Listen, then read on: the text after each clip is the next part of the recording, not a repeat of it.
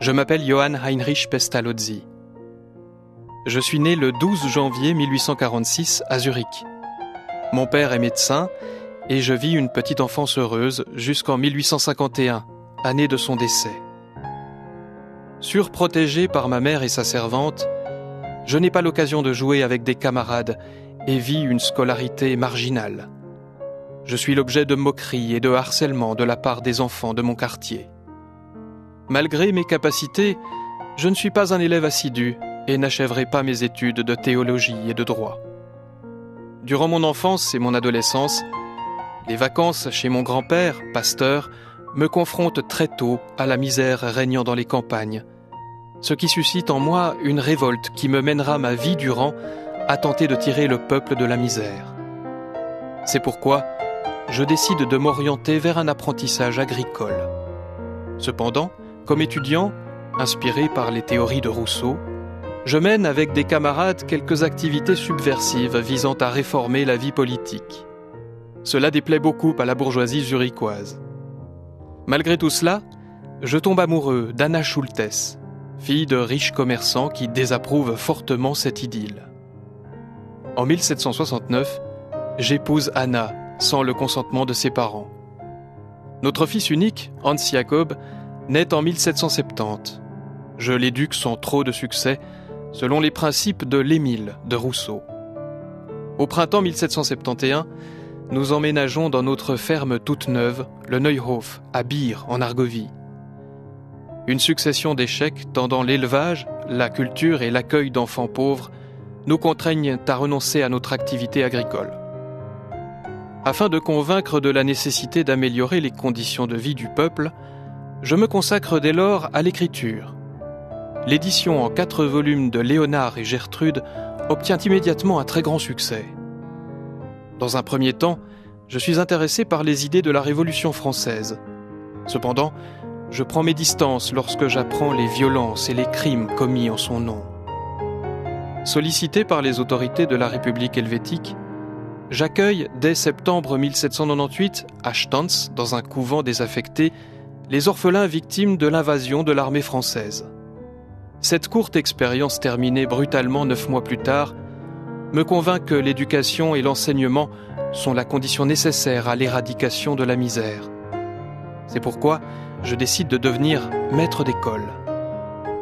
Appelé à diriger un séminaire de formation d'instituteurs et un orphelinat, j'arrive au château de Berthoud en 1799.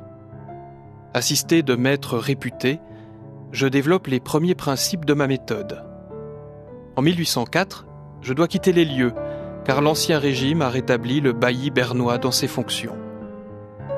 Sur invitation de la municipalité d'Yverdon, qui met à ma disposition le château, j'y installe en 1805 mon institut pour garçons.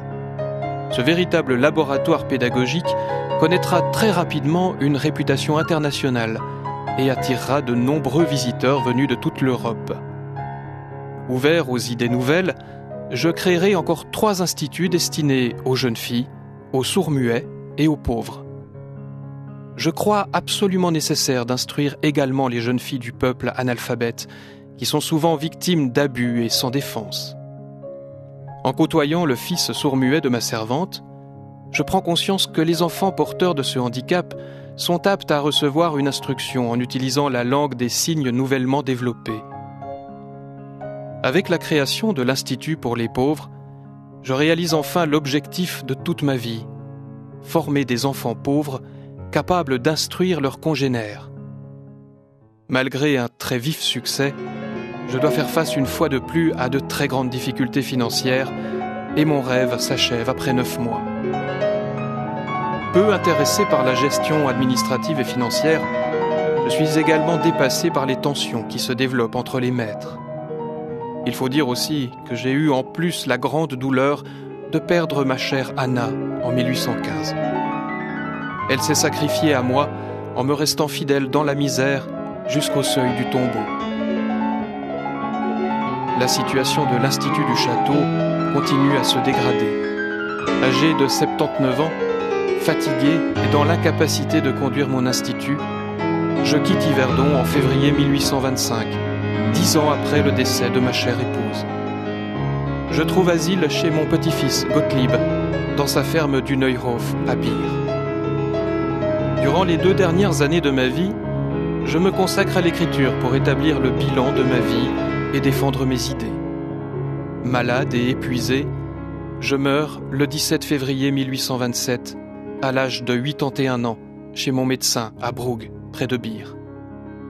Mon corps repose près de l'école de Bier, dans le canton d'Argovie, où un monument a été érigé en ma mémoire. Un autre monument sera érigé bien plus tard et inauguré en 1890, 63 ans après ma mort.